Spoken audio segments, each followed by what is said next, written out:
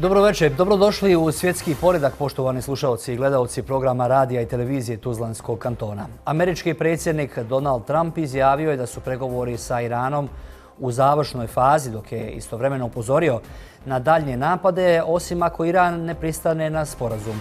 6 sedmica nakon što je Trump pauzirao operaciju Epski bijes radi prekida vatre, razgovori o okončanju rata do sada su pokazali mali napredak.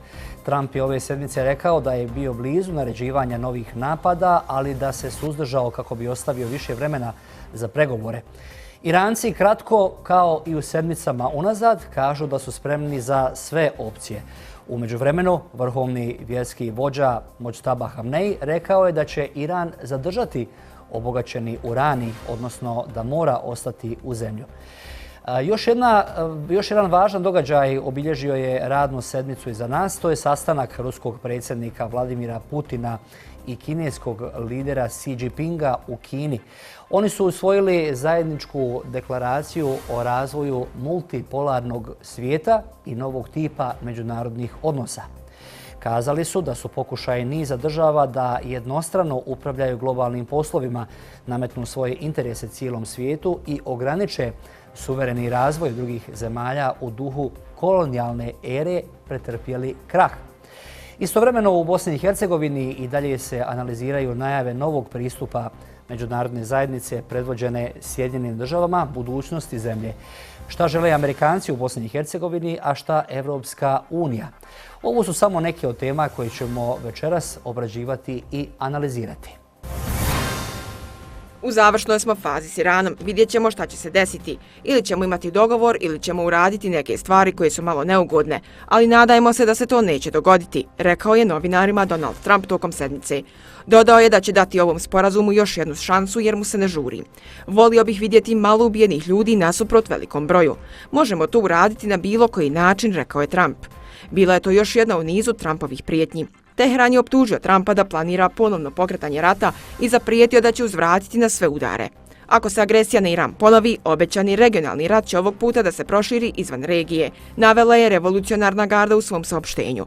U najnovijem diplomatskom naporu ministar unutrašnjih poslova Pakistana, koji je bio domaćin jedine runde mirovnih pregovora do sada i koji je od tada posrednik za poruke između strana, boravio je u srijedu u Teheranu. Iran je ove sedmice podnio novu ponudu Sjedinjenim Američkim Državama. Opisi tog prijedloga od Teherana sugerišu da on uglavnom ponavlja uslove koje je Trump ranije odbio, uključujući zahtjeve za kontrolu nad Hormuškim moreuzom, nadoknadu ratne štete, ukidanje sankcija, oslobađanje zamrznute imovine i povlačenje američkih trupa iz tog područja. Trump je rekao da je ove sedmice otkazao napad u posljednjem trenutku kao odgovor na zahtjeve nekoliko iranskih susjeda i zaljeva. U utorak je rekao da ga je sat vremena dijelilo od naređivanja udara.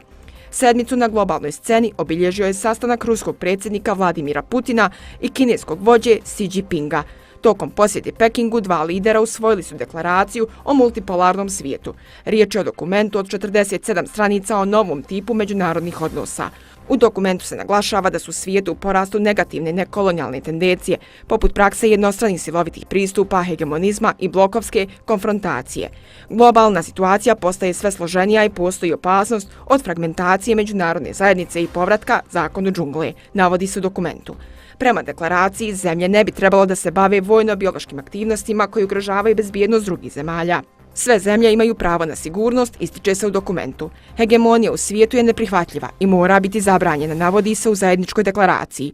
Osim pomenutog, Rusija i Kina potpisale su u srijedu 20 dokumenata koji obuhvataju ekonomiju, energetiku, transport i međunarodnu saradnju. Moskva i Peking izgradili su stabilan sistem bilateralne trgovine zaštićen od vanjskih pritisaka i volatilnosti na globalnim tržištima, rekao je Putin na konferenciji za novinare nakon sastanka sa Xijem. On je objasnio da obavljanje trgovine u rubljama i juanima pomaže u zaštiti ekonomske saradnje od vanjskog utjecaja i osigurava održivost u komercijalnim vezama između dvije zemlje.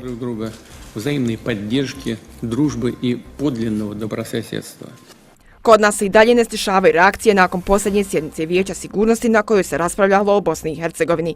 Sjedinjene države su najavile slabljenje uloge visokog predstavnika u našoj zemlji, dok istovremeno nisu uklonjeni instrumenti blokada i slabljenje institucija Bosne i Hercegovine, koje predstavnici Saveza nezavisnih socijaldemokrata, predvođenih osuđenikom Miloradom Dodikom, koriste predugo.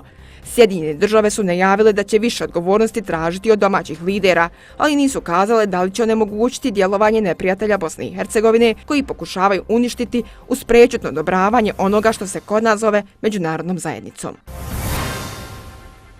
Vrhovni vjerski vođa Irana Mojtaba Hamneji izdao je naredbu prema kojoj se iranski uranij gotovo dovoljan za proizvodnju nuklearnog oružja ne smije slati u inostranstvo.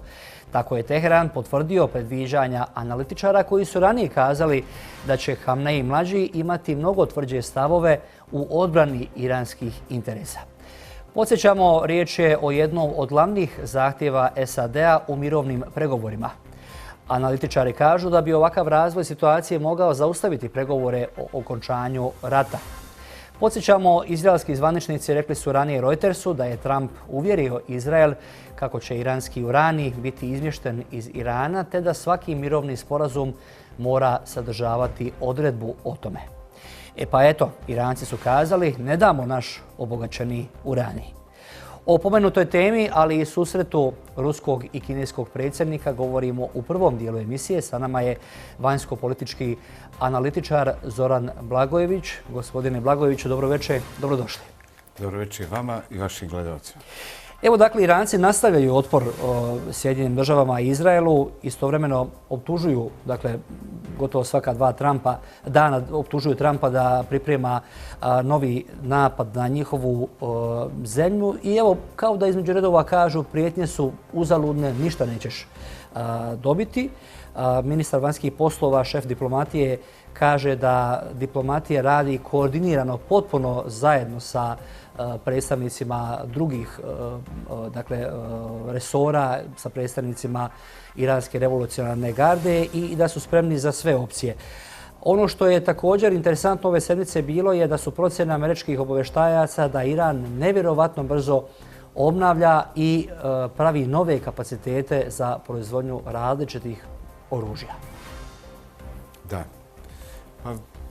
Par ovih teza koje ste iznijeli, ja se potpuno slažem s njima. Prije svega, ništa se nije promijenilo u zadnja 3 mjeseca. Administracija Bijele kuće na čelu sa predsjednikom Trumpom i dalje nastavlja da svakodnevno nas bombarduje različitim saopštenjima, gdje dobijemo u jednom danu saopštenje da su pregovori jako blizu, a onda u toku popodneva dobijemo ozbiljnu prijetnju za nastavak borbenih aktivnosti. Tako da znači politika predsjednika Trumpa nastavlja biti onaka kakva jeste, nepredvidiva, promjenjiva, čak i u toku 24 sata. Ono što je mene zaintrigiralo jeste zadnja izjava potpredsjednika Sjedinjenih Američkih Država, J.D. Vansa, koji je jutros izjavio, zapravo tokom noći u Sjedinjenim Američkim Državama, predvečer izjavio je da oba pregovaračka tima su jako se približili zadatim ciljevima. Nije išao u suštinu, ali ta izjava, poznavajući J.D. Vansa da on nije jedan od onih političara koji će naprasno radi kompenzacije i dati takvu vrstu izjave, vjerujem da je se do nekih dogovora došlo. U mnogome će biti promijenjeno to da izjavom, odnosno fetvom koju je dao Ajatolah Mojtaba Hamenei, gdje je rekao ne smije uranij, obogaćeni uranij izaći iz Irana i gdje je rekao da oni stoji i dalje na svim inspekcijama od UN-a da kontrolišu taj uranij, ali da se oni ne smije izvesti iz zemlje, što je bio jedan od glavnih zahtjeva kako izraelske, tako i američke strane. Tako da je to sad, vidite, pregovarački tim ne smije to pregaziti. To je, na primjer, dosta jednostavnije pratiti i predvidjeti ponašanje iranske strane nego strane Izraela i Sjedinjenih Američkih Država. Jer Ovamo je sistem u kojem vi tačno znate korake kako slijede. Iza Ajatolahove riječi nema promjene. Tako da šta će se tu još desiti, šta iza kulisa, da li su napravljeni dogovori, pod kojim uslovom će ostati urani unutar Irana, to još ne znamo. Ova vaša teza koja je došla baš iz centara obavještajnih službi Sjedinjenih Američkih Država, da je Iran popravio svoje industrijalne kapacitete vezane za proizvodnju raketa i dronova, to je tačno, ali moramo biti potpuno iskreni da to Iran ne bi nikada mogao raditi sam. Da, bez pomoći Kine i Rusije ne bi ovako brzo mogao da vrati. Čak predviđaju da bi svi i potrošeni kapaciteti, raketni kapaciteti, mogli da se nadomjeste u roku od 6 mjeseci, što je zaista frapantno. Jer ako samo dođemo do druge procjene koja kaže da oni raketni sistemi koji su potrošeni u ratu u Iranu od strane vojske Sjedinjenih Američkih Država, da bi se obnovili, industrija Sjedinjenih Američkih Država treba negdje oko 4 godine. Tako da tu vidite taj paritet i onda vidite koliko su bile neistinite one tvrdnje pojedinih američkih političara da Iran više nema nikakvih kapaciteta i da su oni svoje rakete davno potrošili, da je to sad samo, znači, koriste ono nešto u krajevima nekih skladišta. Tako da. Evo, Trump je početkom sedmice izjavio da je malo falilo, to samo prikazao, da je malo falilo da ponovo napadne Iran, ali evo, kao zamolili su ga, jeli, predstavnici pojedinih zemalja na Bliskom istoku da to ne čini, da da još malo šanse pregovorima, pregovaračima, da da šanse miru i tako dalje. Međutim, postoje i druge teze koje kažu da on praktički se mnogo plaši napasti ponovo Iran zbog gubitaka u američkoj vojsci. Pa prije svega, da, tu je, vidite, mi u jednom momentu pričamo o State Departmentu, to je politički dio vodstva Sjedinjenih Američkih Država. Vi imate Pentagon, gdje još uvijek imate jako ozbiljnih generala, profesionalni, koji znaju svoj posao i koji se ne libe reći ono što misle. I tako da je u izradi različitih scenarija koji bi bili kao druga, odnosno tačnije treća etapa napada na Iran. Koliko je meni poznato, nijedan od tih scenarija nije bio pozitivan za vojsku Sjedinjenih Američkih Država. Pogotovo oni scenariji koji su govorili o uključivanju kopnenih snaga u pokušaju okupacije Islamske Republike Iran. Tako da sve to nas dovodi do toga da je ta teza tačna, da ni Sjedinjene Američke Države više ne smiju gubiti kapacitete, jer nije njima, ako kažemo da im je Iran opasnost, nije to jedina opasnost za Sjedinjene Američke Države. Oni dalje imaju konfrontacije sa Rusijom, oni dalje imaju probleme sa Sjevernom Korejom i dalje imaju ozbiljne probleme. Koliko god se ljubili Xi i Trump na zadnjem ovom samitu, nije to baš ta ljubav koja se prikazuje na malim ekranima. Tako da oni ogroman kapacitet tih projektila moraju zadržati na pomenutim lokacijama, a previše su potrošili u ratu u Iranu, a nemaju namjenska industrija Sjedinjenih Američkih Država nema taj kapacitet da obnovi, kao što smo vidjeli da to Iran ima. Da, uz podršku Kine, naravno. Reuters je i Rusije, naravno. Reuters je objavio jedno istraživanje. Oni kažu da ono što na terenu, kada je u pitanju Hormuški Moreuz, da je vidljivo da je Iran potpuno ovladao onom pričom koju su i zamislili vezano za prolazak brodova, kontrolu, naplate itd. I da to sada funkcionira. Ne možemo kazati kao da nije ni bilo sukoba, jer još uvijek postoje američki brodovi u regiji. Doduše, jesu se pomakli dosta od Hormuškog Moreuza. Je li zapravo to nova stvarnost i budućnost načina funkcionisanja saobraćaja, prolaska brodova kroz Hormuz, a koju države i mnoge kompanije, za što mogu zahvaliti ovom potezu Donalda Trumpa, koji je za samo 2 mjeseca napravio novu stvarnost. Da ljudi moraju plaćati prolazak kroz Moreus. Koji je do sada bio besplatan. Koji je bio besplatan prije 2 mjeseca.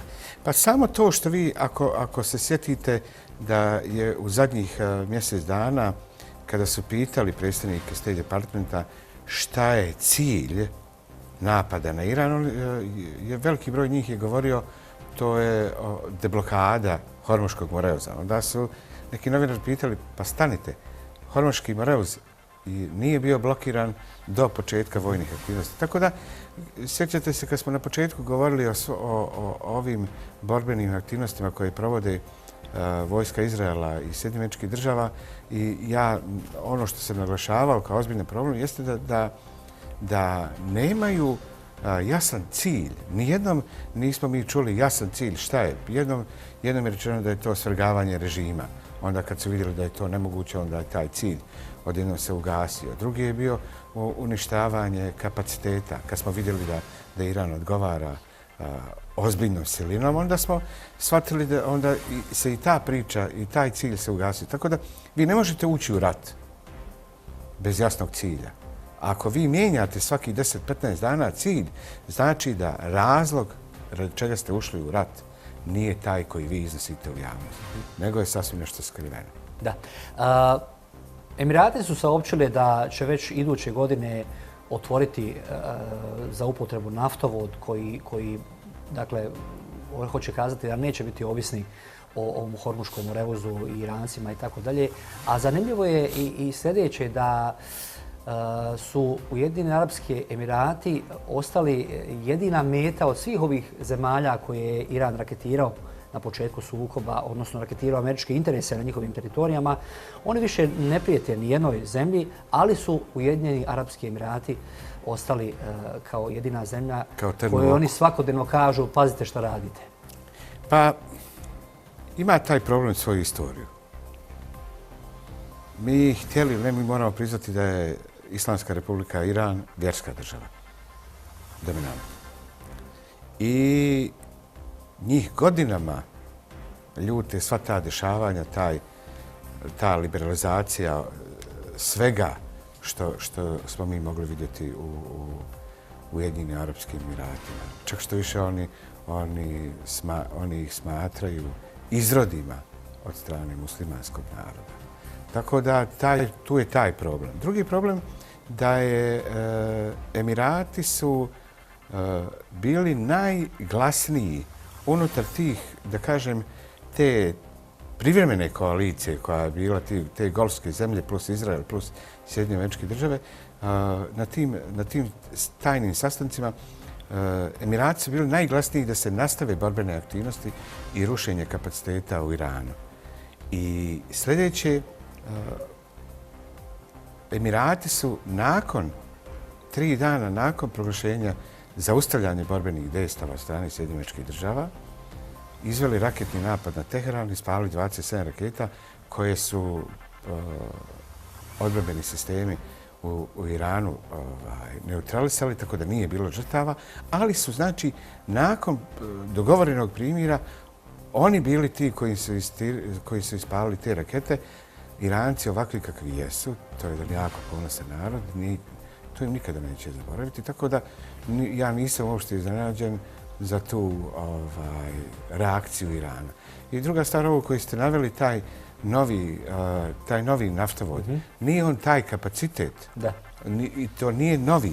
On se pravi zadnjih 12 godina. Kažu da će ga završiti iduće godine. Tako su oni ga po planu hoće završiti, ali to nije taj kapacitet. Jer on, naravno, nikada nije napravljen u velikom kapacitetu iz razloga što je on pravljen da bude backup varijanta. Da. Jer i sa druge strane, odakle gdje bi izlazio taj naftovod, Emirati imaju problem sa Hutima. Da. Jer Huti im neće baš tek tako dozvoliti da oni šetaju svojim brodovima pored njihovog mora. Jasno. Zanimljive poruke upućene su i na relaciji Sjedinjene Države i NATO saveznici, prije svega u Europi. Poznata je priča o najavi povlačenja 4000 vojnika iz Njemačke i evo to se vuče već određeni vremenski period. Tako Donald Trump pokušava uplašiti svoje evropske kolege. Oni su, čini mi se, već pomalo i navikli na to. Međutim, nova informacija stiže da će 5000 vojnika biti angažirano u Poljskoj, dodatnih 5000 vojnika. Sada Marko Rubio ide danas u Švedsku kako bi se sastao sa NATO partnerima. Pojedini analitičari kažu da im ide kazati ne brinite se, moj predsjednik priča svašta, ali nije to sve baš tako kao što on priča. Čak mi je i pojava samo Marka Rubija kada pokušava imitirati svog šefa, svog predsjednika, onako mi izgleda neuvjerljivo i kao da se ne snalazi u toj ulozi baš najbolje. Pa Marko Rubio se ne snalazi u tome najbolje. Za one koji malo duže prate ove sve procese, mi znamo da je Marko Rubio bio protiv kandidat Donaldu Trumpu na prvim izborima kada su bili izbori za kandidata ispred Republikanske stranke i da je bio jako oštar prema Donaldu Trumpu i nazivao ga je svakakvim imenima. Vi to možete potražiti na YouTube-u i ima jako interesantnih stvari kako on odgovara Trumpu i kako ga naziva. Tako da ja nisam siguran da Rubio poštuje svog predsjednika. On je više tu profesionalac i radi posao šefa administracije Bijele kuće. Ali da ovo što ste vi primijetili, da kad ga treba braniti, ne radi to tako da nam da dojam neke uvjerljivosti, nego je to baš se vidi kao da ga je neko natjerao, a on nije siguran u ono što govori. Ali da se vratimo ove odnose u NATO savezu, ja mislim da su odnosi u NATO savezu dobro pogoršani. Mislim da ova kriza koju NATO savez ima će i dalje rasti.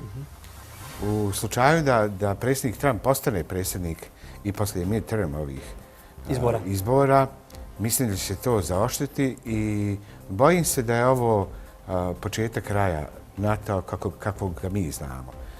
Po svemu sudeći kako vidim kretanja da Amerika traži razlog da izađe iz NATO. Traži razlog da izađe iz NATO, ali da ne mogu to učiniti preko noći i ovo što vi kažete za Saveznu Republiku Njemačku, da danas se kaže izvućemo 4000 vojnika, sutra se kaže nećemo izvući. Moramo znati da nije Amerikancima tek tako izvući snage, pogotovo iz Njemačke.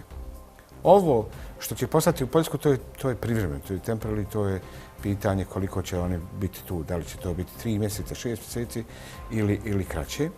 Ali iz Njemačke oni ne mogu povući, jer to su baze koje su pravljene od 45. pa do ovdje.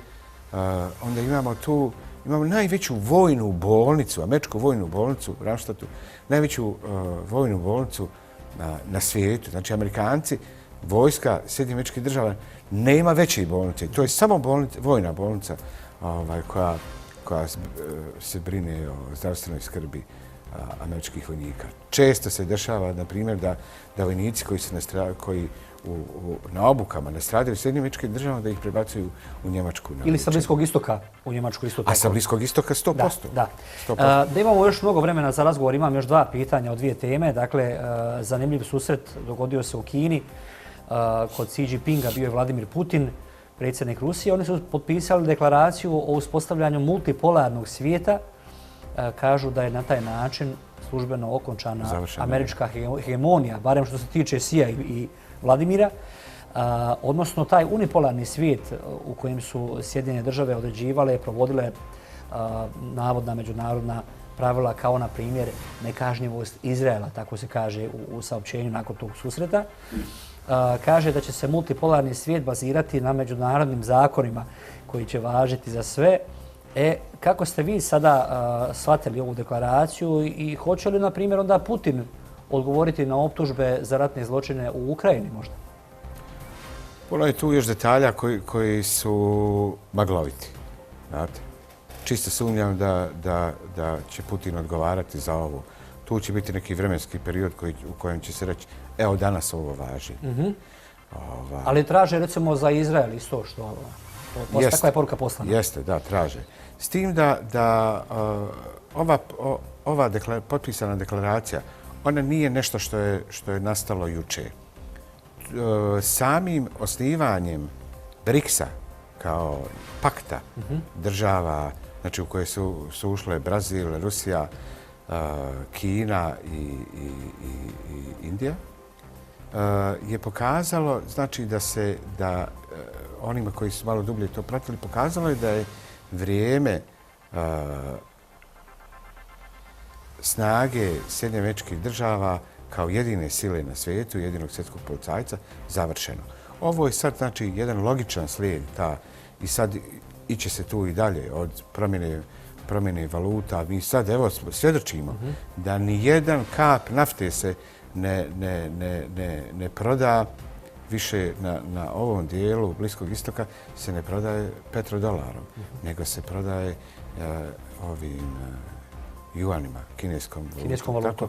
Tako da, znači, poremećaji se nastavljaju i oni će se nastaviti do onog kada i Sjedinjene Države će same priznati da više nisu povuće sve te zabrane i blokade koje su radili. Jer ono što se sada dešava je i što malo mediji prate, po meni malo prate, jeste te blokade koje radi Sjedinjene Američke Države gdje su stavili 9 sudija Haškog tribunala, blokirane su im sredstva, onda najpoznatije je blokiranje sredstava i zabrana ulaska Franceski Albaneze, koja je izvjestiteljica Ujedinjenih nacija, znači izvjestiteljica o ljudskim pravima u Izraelu. Tako da, znači, to stvari koje stvarno su pregazale sve neke norme do sada poznate. Ali Haški tribunal evo ne odustaje. Neki dan je izdata optužnica za Ben-Gvirom.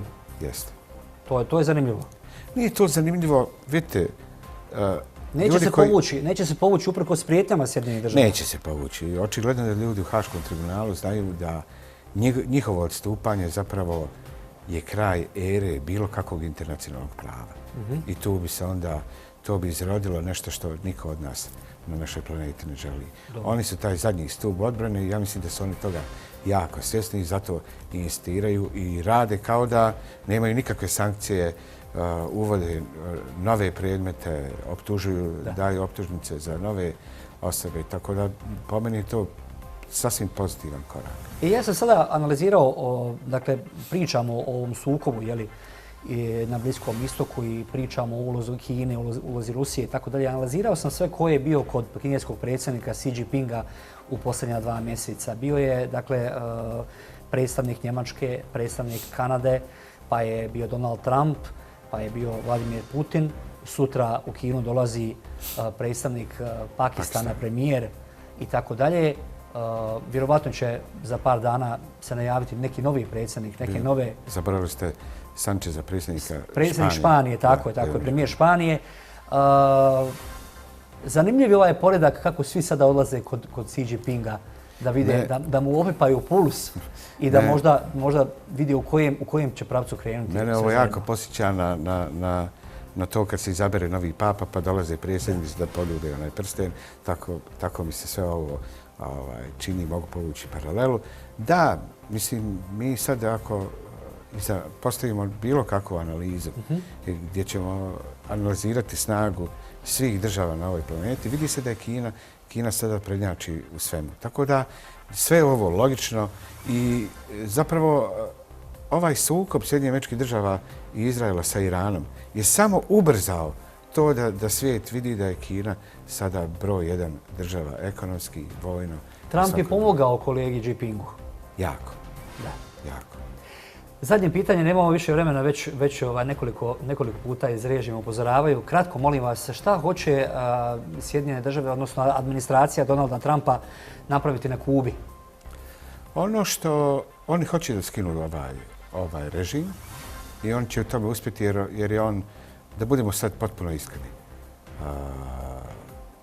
odlaskom Fidela Castra taj režim je dobro poljuljan i on lagano umire, ta metastaza nije još doživjela svoj vrhunac i taj režim je pred smrti. On bi onako, da kažemo, preminuo, ali oni žele da ubrzaju taj proces i da skinu komunističku partiju Kube da vode državu i da preuzmu. Zašto im je Kuba interesantna toliko? Kuba je interesantna iz više razloga. Prvi razlog koji malo ko primijeti i malo ko govori o njemu, vi u Sjedinjenim Američkim Državama imate ogromnu dijasporu iz Kube. Čak u ovom momentu se pominju brojke da na Kubi živi 2 puta manje Kubanaca nego što živi u Sjedinjenim Američkim Državama. Pa sam sekretar State Departmenta, gospodin Marco Rubio, on je Kubanac. Njegovi su roditelji, otac i majka, rođeni u Kubi. Jasno. Gospodine Blagojeviću, hvala vam za još jednu analizu. Vidimo se za 7 dana. Hvala i vama, vidimo se. Ostanite dalje s nama, poštovani gledalci. Govorit ćemo o još jednoj važnoj temi, odnosu svijeta prema Bosni i Hercegovini i novim vjetrovima koji pušu prije svega iz Sjedinjenih Američkih Država. Ambasador Bosne i Hercegovine u Sjedinjenim Američkim Državama Sven Alkalaj izjavio je da će Sjedinjene Države u narednom periodu imati aktivniju ulogu kada je riječ o radu Ureda visokog predstavnika u Bosni i Hercegovini i samom procesu izbora novog visokog predstavnika. Alkalaj je mogući ulazak međunarodne zajednice u novu fazu odnosa prema Bosni i Hercegovini i najave da bi budući visoki predstavnik mogao imati ograničenije korištenje bonskih ovlasti, komentirao kao proces koji još nije definisan. Podsjetio je da bonske ovlasti ni u prethodnim mandatima visokih predstavnika nisu korištene u velikom obimu. Vidjeli smo i od Valentina Inska pa do Kristijana Šmita da bonske ovlasti nisu korištene u velikim količinama, tako da će se vjerovatno nastaviti u tom pravcu dok se jasnije ne definira okvir i odgovornosti budućeg visokog predstavnika, kazao je Alkalaj. Podsjećamo, na sjednici Vijeća sigurnosti predstavnica Sjedinjenih Američkih Država Temi Bruce je kazala da će naredni visoki predstavnik imati ulogu da prebaci odgovornost za vođenje i održavanje institucija na lokalne lidere. Jednog dana više neće biti potrebe za ulogom visokog predstavnika. Da bi se to ostvarilo, naredni visoki predstavnik mora uživati povjerenje svih zajednica u Bosni i Hercegovini i mora biti posvećen suverenoj Bosni i Hercegovini u kojoj lokalni lideri donose odluke i pragmatična rješenja koja im neće diktirati međunarodni glasovi, već će im u tome pomoći, kazala je Bruce. Sada dobar dio javnosti se pita na koje lidere je mislila američka predstavnica, jer mnogi rade godinama protiv interesa države Bosne i Hercegovine, njenih entiteta, građana i naroda. Kako napraviti pomake naprijed kada je Dejtonski mirovni sporazum omogućio neprijateljima Bosne i Hercegovine sve instrumente blokade, paralize i uništavanja institucija bez značajnijih posljedica za takva djela? Kako međunarodna zajednica predvođena Sjedinjenim Državama zamišlja budućnost Bosne i Hercegovine ako nije dovoljno učinila da ukloni prepreke za napredak, a koje su kreirane Dejtonskim mirovnim sporazumom upravo u režiji Sjedinjenih Država i drugih zemalja čiji predstavnici danas sjede u Vijeću za implementaciju mira. Ovo su neke od tema o kojim ćemo govoriti u nastavku. Naš naredni gost je profesor dr. Sead Turčalo, dekan Fakulteta političkih nauka Univerziteta u Sarajevu. Profesore, dobro večer. Dobro večer. Prvo pitanje je, žele li Sjedinjene Države u narednom periodu pomoći snaženje države Bosne i Hercegovine ili snaženje njenih entiteta, odnosno onog što zagovara Milorad Dodik i njemu slični političari u našoj zemlji? Kako zapravo nova administracija vidi mogućnost napretka i liderstva kada značajan dio političkog establishmenta otvoreno zagovara raspad države i to po mogućnosti mirnim putem? Nova američka administracija je takva da u suštini ne radi ništa sistematično, osim, mogli bi reći, da sistematično urušava nekako američki politički sistem, odnosno njenu poziciju onako kako smo je mi percipirali u svijetu. Tako da o nekoj sistematičnoj pomoći ili čak nekoj sistematičnoj demontaži je međunarodnog pristupa u Bosni i Hercegovini je teško govoriti. ono što ide na ruku takvom jednom pristupu jeste i odsustvo bilo kakve ovog proaktivnog djelovanja Evropske unije, koja u suštini, kada saslušamo sve ono što ste rekli u najavi u pogledu tih zahtjeva ili onoga što smo čuli od predstavnice Sjedinjenih Američkih Država u Vijeću sigurnosti oko toga da domaći lideri preuzimaju odgovornost, grade državu i tako dalje. Sve to okvir zapravo koji postavlja i sama EU i same evropske integracije, i tu bi se očekivalo, dakle, veći angažman Evropske unije. Ta priča o preuzimanje odgovornosti od strane domaćih lidera je nešto što je lijepo čuti, ali nešto što, kako ste vi već to pojasnili, 3 decenije svjedočimo odsustvo toga, odnosno svjedočimo aktivnosti koje uglavnom kad se radi pa od 2/3 aktera, političkih aktera u Bosni i Hercegovini ide u pravcu toga da se afirmira jedna kontinuirana i snažna prisutnost i međunarodne zajednice ureda visokog predstavnika. Upravo oni koji su na kraju krajeva i radili u posljednje vrijeme i lobirali u smislu odlaska trenutnog visokog predstavnika kao osobe, u najvećoj mjeri su svi proteklih decenija radili na tome da taj ured ne bude zatvoren. Znamo da je još Christian Schwarz-Schilling došao tu sa jednom misijom da se ured zatvori. Međutim, upravo aktivnosti rukovodstva tadašnjeg entiteta Republike Srpske, koje i danas tu, su radile protiv toga i protiv tog zatvaranja, i mislim da teško, uprkos čak i pritisku Sjedinjenih Američkih Država kojim svjedočimo, pa čak i jednoj argumentaciji koju iznijela američka predstavnica u Vijeću sigurnosti o jednom vrlo ružičastom viđenju implementacije Dejtonskog mirovnog sporazuma, što govori o tome da se suštinski i dalje radi na tome i pokušava lobirati da je Dejtonski mirovni sporazum implementiran, što bi onda u konačnici bilo ispunjavanje jednog od ona 2 uvjeta. Dakle, imamo 5 ciljeva i 2 uvjeta. Jedan uvjet je ispunjen, sporazum i stabilizacije i pridruživanja, ali ovaj drugi o punoj implementaciji Dejtonskog mirovnog sporazuma i stabilizacije nije, što bi moglo onda biti interpretirano kao uvjet koji je ispunjen i koji podrazumijeva da prisustvo ureda visokog predstavnika ovakvog kakvog danas imamo nije potrebno više u Bosni i Hercegovini, što je naravno daleko od realnosti kad se radi o ispunjavanju ili o implementaciji Dejtonskog mirovnog sporazuma. Mi u Bosni i Hercegovini često, evo i mi u medijima, dakle, a i vi u univerzitetskim krugovima i političkim krugovima, ljudi koji tamo rade, pominju termin međunarodna zajednica. Mi možemo kazati da postoji međunarodna, ali zajednica teško. Danas, po onome što vidimo na terenu, dakle, Sjedinjene Države i evropska politika su suprotstavljene strane. Mene sada zanima u ovakvim okolnostima šta je danas Evropska unija nama u Bosni i Hercegovini, pogotovo ovako ranjena potezima Donalda Trumpa i recimo agresijom Rusije na Ukrajinu i tako dalje. Nama godinama stižu poruke da ako želimo članstvo moramo se odreći termoelektrana, rudnika, željezare, naše industrije. Istovremeno nema dovoljno snažnih i jasnih reakcija na anticivilizacijske poruke vlasti entiteta Republika Srpska, što se može tumačiti vrlo često kao prešutna podrška. Kada dođete na granicu Evropske unije, na granicu sa Hrvatskom, na primjer, građani Bosne i Hercegovine imaju specijalni tretman i pregled. Naši ljudi to često kažu da je sve to ponižavajuće. Kako vi to vidite? Evropska unija naravno pokazala je svih proteklih i godina pa i decenija su neku nekoherentnost svoje politike prema i Bosni i Hercegovini i regiji generalno u cjelini, jer je manje više se tražilo u tome da li zapravo se uopće želi i kako se ili može li se proširivati, pa se ta proširivanja događala i slično.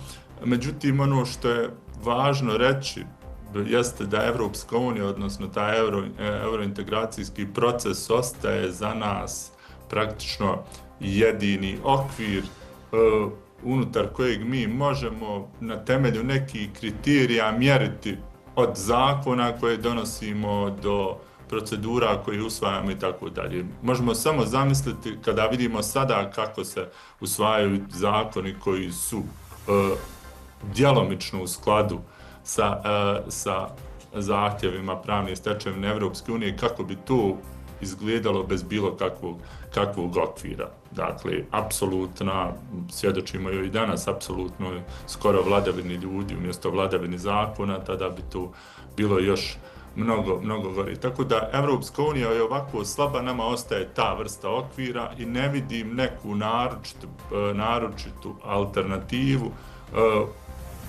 u kojoj bi Bosna i Hercegovina mogla strijemiti ili tu jednu, da tako kažemo, neutralnu politiku gdje smo mi naprosto premali da bi bili izvan nekog, dakle, većeg okvira, pogotovo imajući u vidu i kompleksnost samog političkog sistema i činjenicu da imamo konstantno propitivanje ili dovođenje u pitanje, pokušaj destrukcije države, tako da Evropska unija s te strane predstavlja ipak važnog partnera i važan cilj.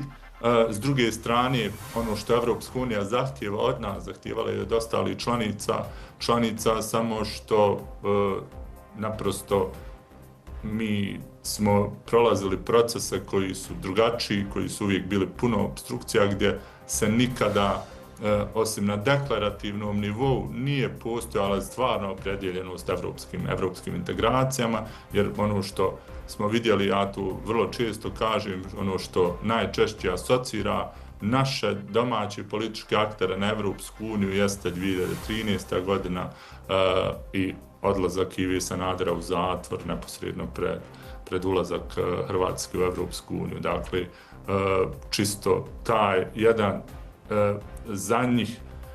za njih asocijacija na Evropsku uniju nije Brisel, nego zapravo ono što se desilo u Hrvatskoj, dakle Remetinec, i to je jedan od najvažnijih razloga zbog čega mi svjedočimo beskrajne procese usvajanja zakona, obstrukcija kad se radi o članstvu Evropskoj uniji i tako dalje. Tako da ja ne doživljavam, koliko god bio nezadovoljan načinom kako se Evropska unija opodi i kako reaguje u svakodnevnici, čak ne samo strateški, nego u svakodnevnim stvarima na dešavanju u Bosni i Hercegovini, ne vidim zapravo neku posebnu alternativu tamo.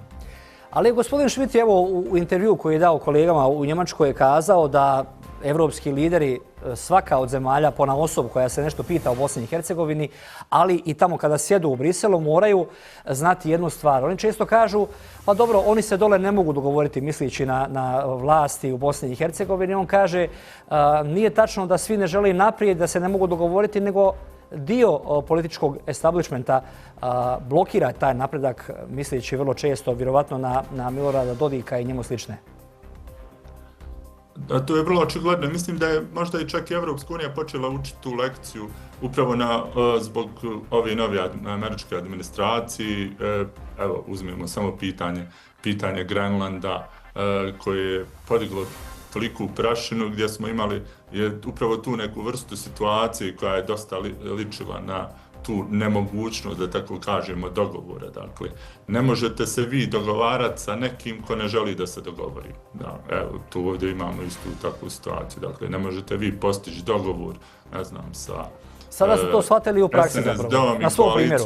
Oni zapravo apsolutno ne želi bilo kakvu vrstu dogovora, odnosno podrazumijevaju da je dogovor samo ono što eventualno šteti Bosni i Hercegovini.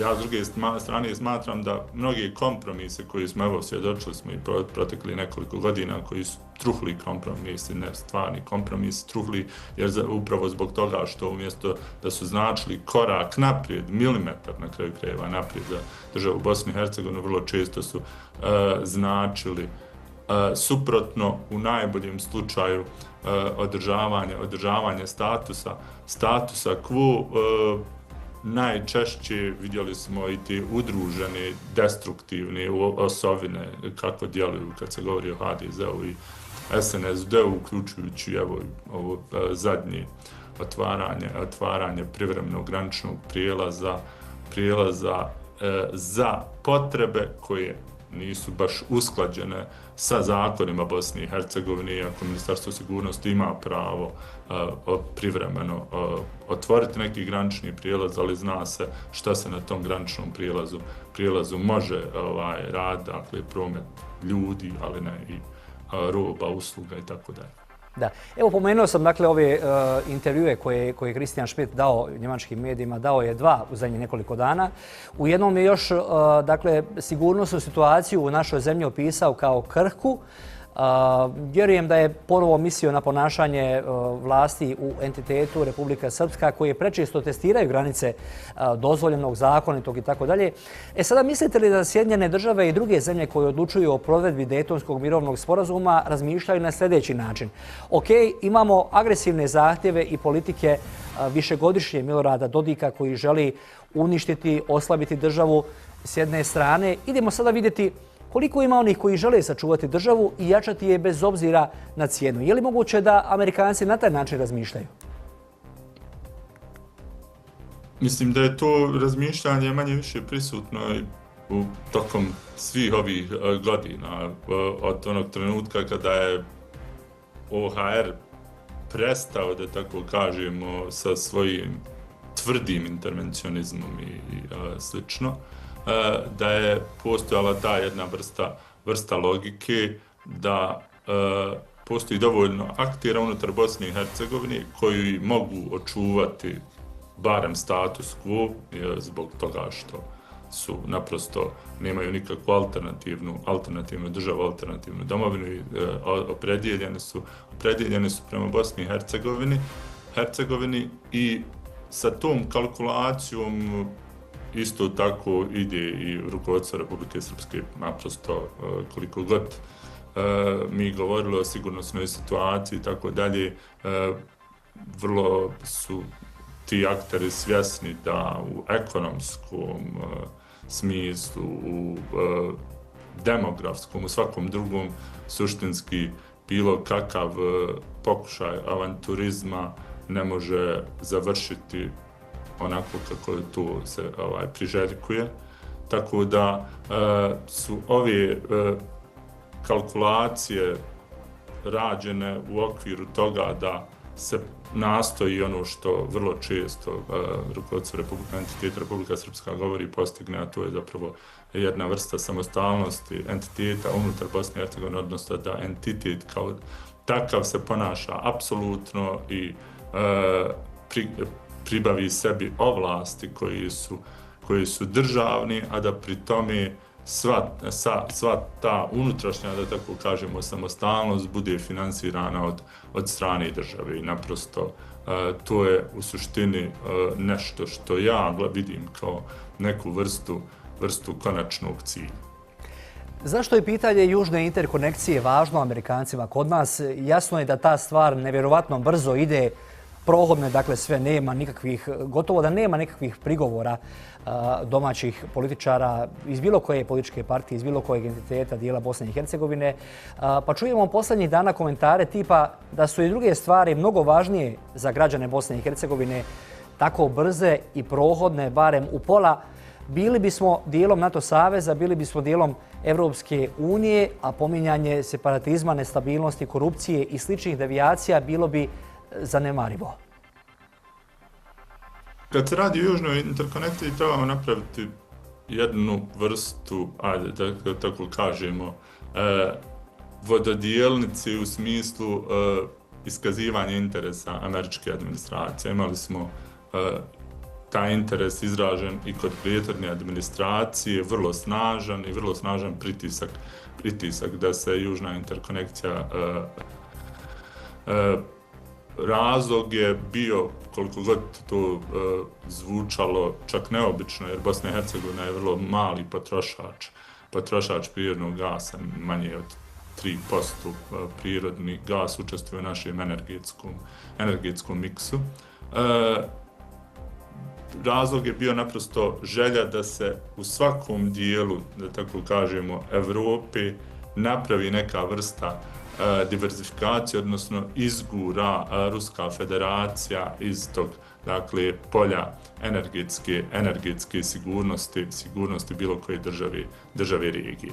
Međutim, to je išlo i vidjeli smo i sporo zbog obstrukcija domaćih aktera, prevashodno Hrvatske demokratske zajednice, ali zbog činjenice da prethodna administracija nije imala, da tako kažemo, strateškog partnera niti unutar nekih američkih kompanija koje bi eventualno došle tu, pa je zbog toga insistirala da to bude zapravo upravo državni projekat Bosne i Hercegovine. Nova administracija naprosto ne funkcioniše institucionalno i to smo vidjeli, ne funkcioniše institucionalno niti u samim Sjedinjenim Američkim Državama, pogotovo ne u vanjsko-političkom djelovanju. Uglavnom se radi o zapravo jednoj vrsti, da tako kažemo, nepotističkog, klijentelističkog djelovanja u svim tim sferama i upravo tu se otvorilo to polje da se pojavila neka kompanija koja je tek osnovana bez bilo kakvog iskustva, ali koja je u suštini vidjela mogućnost prvo, naravno, uzimate koncesiju, ne samo, dakle, na energetski projekat, nego želite da unutar tog okvira uvrstite ono što je isplativo, koncesiju nad aerodromima, možete se povući praktično u svakom trenutku, budući da ste isto tako dio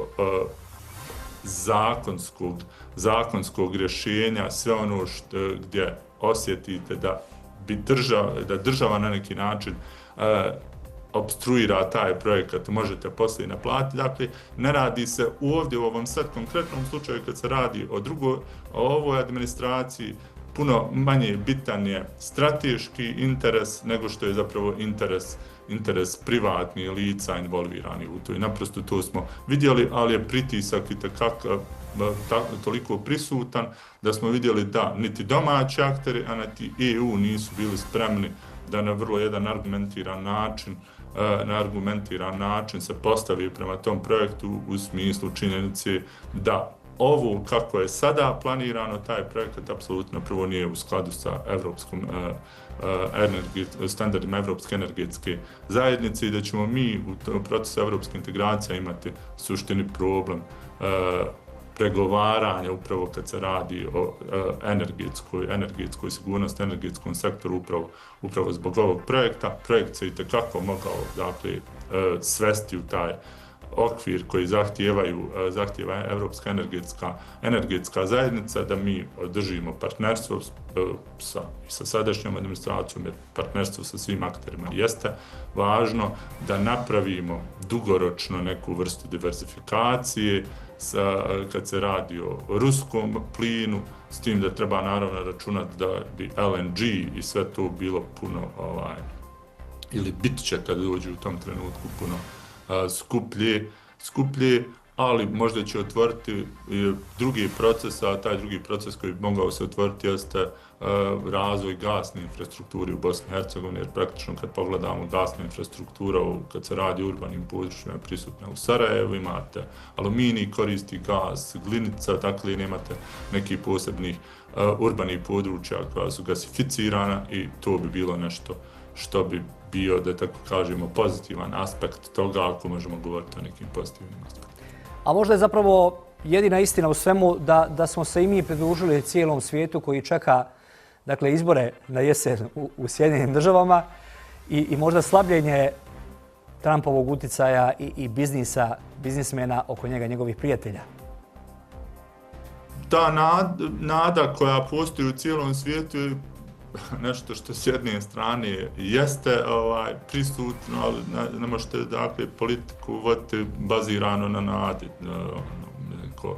bazirano na okolnostima u kojima se nalazite, pokušati naravno anticipirati neke stvari kako vas te stvari ne bi udarile, tako da te kažemo, i nanijele vam štetu, ali mislim da čak i ova administracija kad se radi o tim transatlantskim odnosima će isto tako kao što je Putin tu radio kad se radi o Evropi i NATO,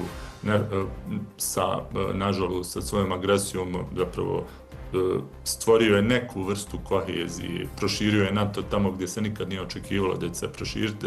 Ova administracija će napraviti nešto drugačije.